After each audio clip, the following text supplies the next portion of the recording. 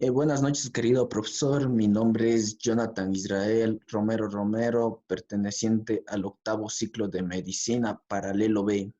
Mi tema a hablar esta noche va a ser sobre la importancia de la salud pública en pandemias y en epidemias. Principalmente para referirnos a estos temas, vamos a dar la definición de unos breves conceptos como son la pandemia. Bueno, se conoce que la pandemia son fenómenos recurrentes, imprevisibles que repercuten en la salud humana y en el bienestar económico del mundo entero. Por tal motivo, la planificación y la preparación son impredecibles para tratar de mitigar las consecuencias que puede dejar una pandemia o una epidemia. Según la presente guía de la OMS sobre la gestión de riesgos ante una pandemia, la cual fue actualizada y reemplazada en el 2009, en la actual versión revisada se ha tenido en cuenta las enseñanzas extraídas durante la pandemia de gripe por el virus H1N1, el mismo que apareció en el año 2009 y fue la primera en aparecer en el siglo XXI durante la creación del régimen sanitario internacional en el año 2005. Hace 40 años, Susan Sontag nos explica por qué es tan fácil enfrentar una emergencia de salud como si fuera una guerra. Ya que este científico nos dice que una guerra es una de las pocas actividades que los seres humanos ven de forma realista, en donde se gastan recursos sin precauciones y en donde no existe un sacrificio que valga la pena. Por tal motivo, tratar una enfermedad como si fuera una guerra nos hace víctimas, obedientes, dóciles y en perspectiva resignados. Lo que nos quiere decir con esto es que los enfermos se convierten en pérdidas inevitables de un conflicto y pierden su derecho a la ciudadanía. Cabe destacar que en los últimos 14 años han ocurrido 11 pandemias de gran importancia, entre los cuales destacan el SARS y el MERS que pertenecen al grupo de los coronavirus, el dengue, la fiebre amarilla y la chikungunya, que son enfermedades causadas por virus, pero que son transmitidas especialmente por el mosquitos Aedes aegypti, y estos pertenecen a la familia de los flavovirus. El ébola, que es una enfermedad que se puede transmitir por contacto de sustancias contaminadas, y esta enfermedad va a pertenecer a la familia de los virus, de los filovirus. Cabe destacar que en los últimos años, gracias a las innovaciones tecnológicas, estamos asistiendo al surgimiento de las epidemias mediáticas. Por tal motivo, la OMS comunica estos eventos de una manera rápida, con la intención de tratar de controlar estas enfermedades con una frecuencia de hasta cada 12 horas, como es en el caso del SARS, que pertenece al síndrome agudo respiratorio severo. Aquí se puede observar un gráfico del SARS coronavirus, que esta enfermedad se puede verificar en la línea cómo existe un incremento cuando no existe un control adecuado y una sanidad adecuada para este tipo de enfermedades, ya que esta enfermedad, el coronavirus, va a ser una enfermedad que se transmite principalmente por vía respiratoria. Entre las epidemias que más tenemos a identificar va a ser la encefalopatía espongiforme bovina, el SARS, la gripe aviar y la gripe por virus H1N1. Todas estas enfermedades se transmiten por vía respiratoria y todas son transmitidas por zoonosis, es decir, por animales. Una característica muy importante que tenemos que destacar en estas nuevas enfermedades son que estas enfermedades no son causadas por virus nuevos, sino que estas enfermedades ya son causadas por virus preexistentes, que estos han sufrido algún tipo de recombinación o mutación. Por ejemplo, aquí podemos ver un ejemplo muy característico sobre lo que es la enfermedad espongiforme bovina, en donde afectaba principalmente al ganado bovino.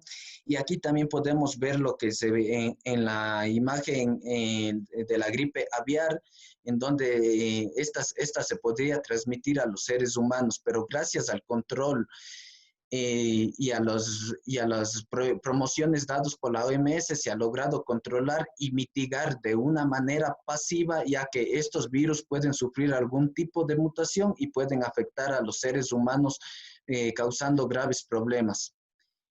Por ejemplo, aquí tenemos un ejemplo muy importante como es el virus de la H1N1.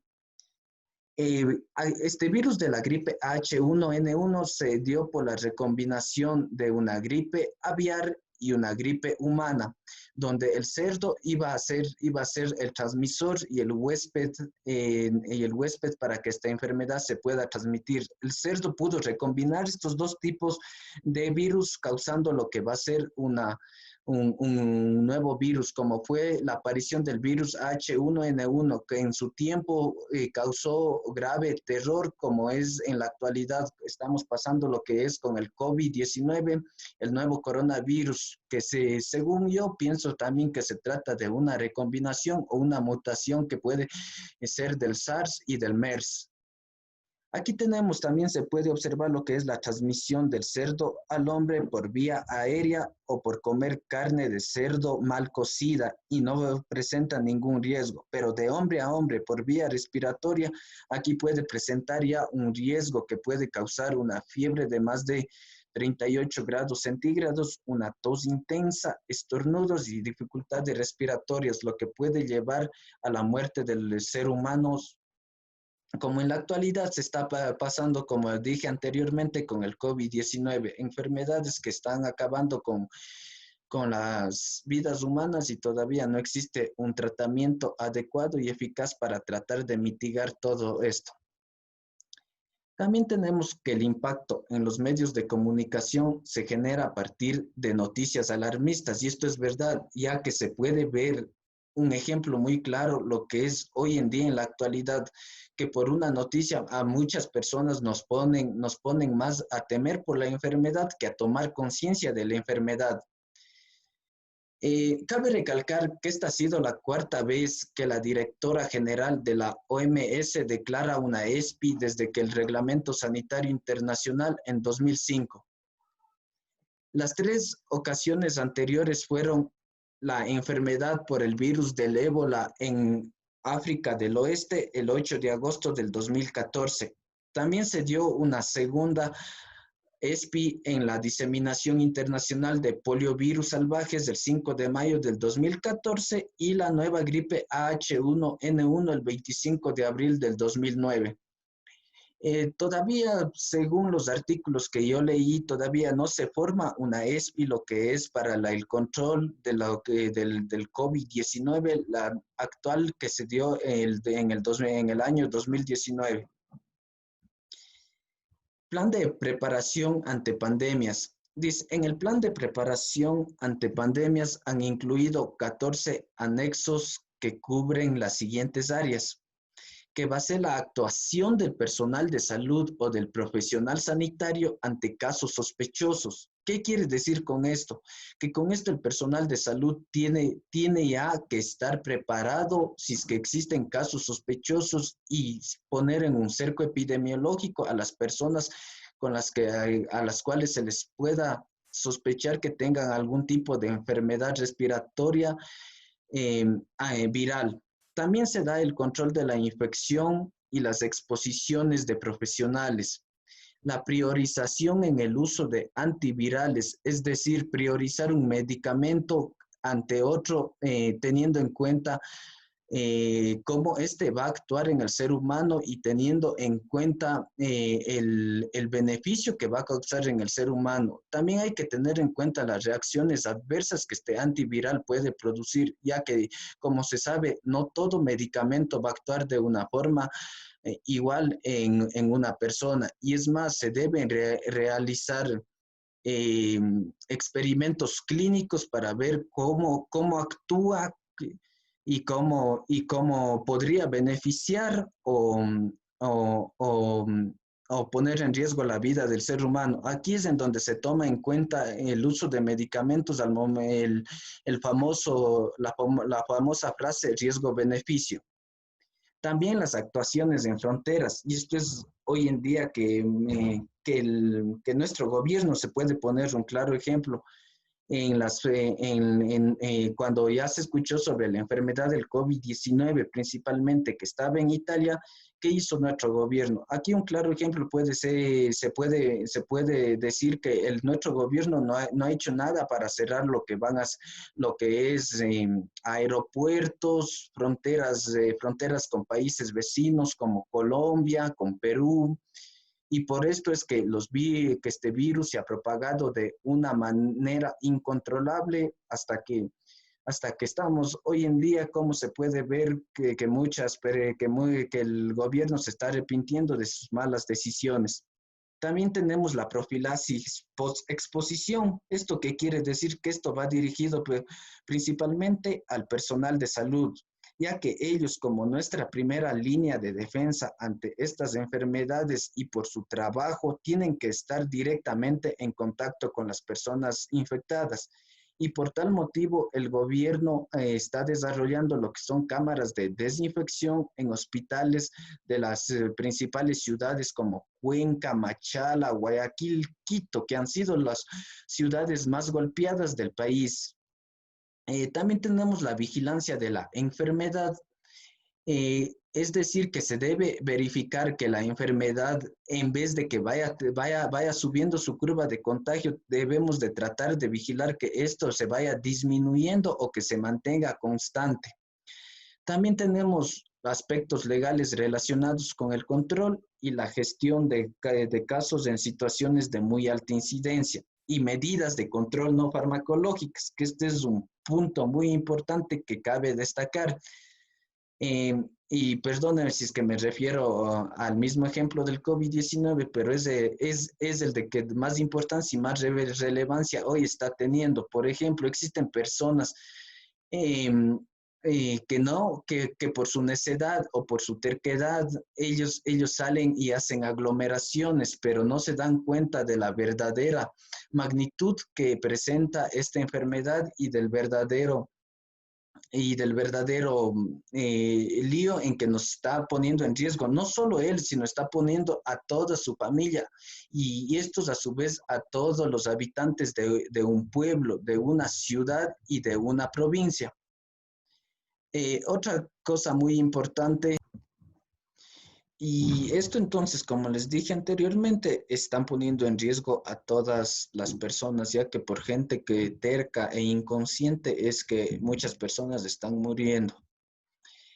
También hay que tener en cuenta que en el peor de los escenarios, si una cepa gripal como la que circula actualmente, de alta transmisibilidad, pero de baja patogenicidad, se recombinara con una gripe aviar de alta mortalidad, podría originar un virus con gran transmisibilidad y alta patogenicidad.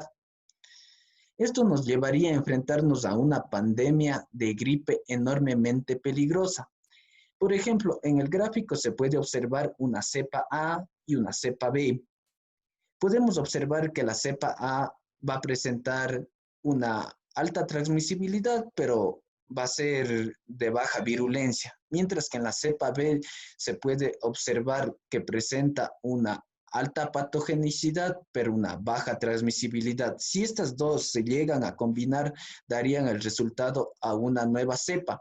Y esta cepa tomaría las características tanto de la cepa A como de la cepa B, provocando un verdadero problema tanto para la humanidad como para la vida entera en sí.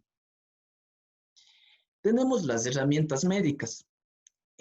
Aunque las vacunas y los antivirales son las herramientas médicas más importantes y más relevantes para mitigar las consecuencias de una pandemia, las herramientas no farmacológicas serían las estrategias más adecuadas y recomendadas en países subdesarrollados.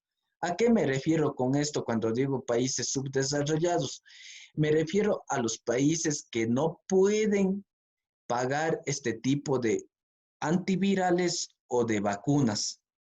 Por ejemplo, países de escasos recursos, un ejemplo claro como es Haití.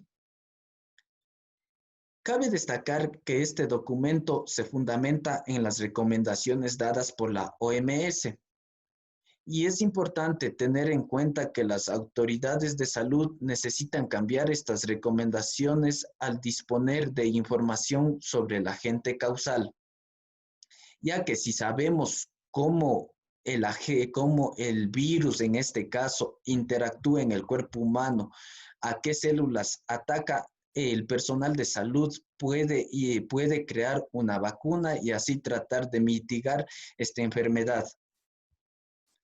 Cabe además destacar que la nueva pandemia del coronavirus, que las medidas tomadas para la restricción del contacto interpersonal van encaminadas a aplanar el contagio de COVID-19 para evitar que el sistema sanitario se vea saturado por un aumento súbito del número de infectados, cosa que ya está pasando en todos los países que han presentado una atención de salud primaria baja o inexistente. Entre los países más destacados podemos ver que afectados podemos ver a España, Italia y China en sí mismo, que fue el epicentro de la enfermedad del COVID-19. Aquí se puede observar la propagación del virus. Aquí un claro ejemplo podemos ver cómo el virus puede aumentar y sobrepasar la línea de epidemia, causando una pandemia cuando no se siguen las medidas recomendadas. Mientras que cuando se sigue unas medidas recomendadas, se puede ver cómo los virus se mantienen en una manera creciente hasta llegar a una línea constante y así simultáneamente va disminuyendo hasta que exista un pico en donde este se vaya a mantener baja o disminuida. También tenemos aquí otra característica muy importante, cómo la OMS ha realizado los preparativos ante una pandemia. El Plan Mundial actual de la OMS de preparativos para una pandemia de influenza se elaboró en el 2005 con el objetivo de ayudar a los Estados miembros de la OMS y a los líderes de la salud pública. Este nuevo plan redefine las fases de riesgo creciente que plantea para la salud pública la aparición de un subtipo de virus de la nueva influencia. Como ya les acabé de decir anteriormente, esto se trata sobre la recombinación de una cepa A y una cepa B. También la OMS puede representar una amenaza pandémica. Ha recomendado que las medidas a las autoridades nacionales y describe que las medidas se debe adoptar durante la OMS, debe ser durante una fase a fase, para que esto procurar una disminución y así una eliminación de estos nuevos virus. Tenemos la intervención de la salud pública. Según el doctor De Gracia afirma en uno de sus artículos que las naciones muestran siempre una gran insensibilidad ante los problemas globales. Así el reto de la bioética actual, según este autor, sería aprender a pensar y a sentir globalmente. Si conseguimos eso, seguramente nos sería más fácil conseguir los 8 objetivos del desarrollo del milenio. Y tenemos lo que es la gestión de los riesgos sanitarios en situaciones de emergencia. Los principales objetivos de la gestión de riesgos sanitarios en situaciones de emergencia va a ser fortalecer la capacidad de los países y las comunidades para gestionar los riesgos. Procurar que el sector sanitario cuente con los componentes esenciales de un programa global para la gestión de riesgos en situaciones de emergencia y vincular e integrar estos componentes en los sistemas de salud, en los sistemas multisectoriales para la gestión de desastres y otros mecanismos en todas las esferas de la sociedad. Muchas gracias.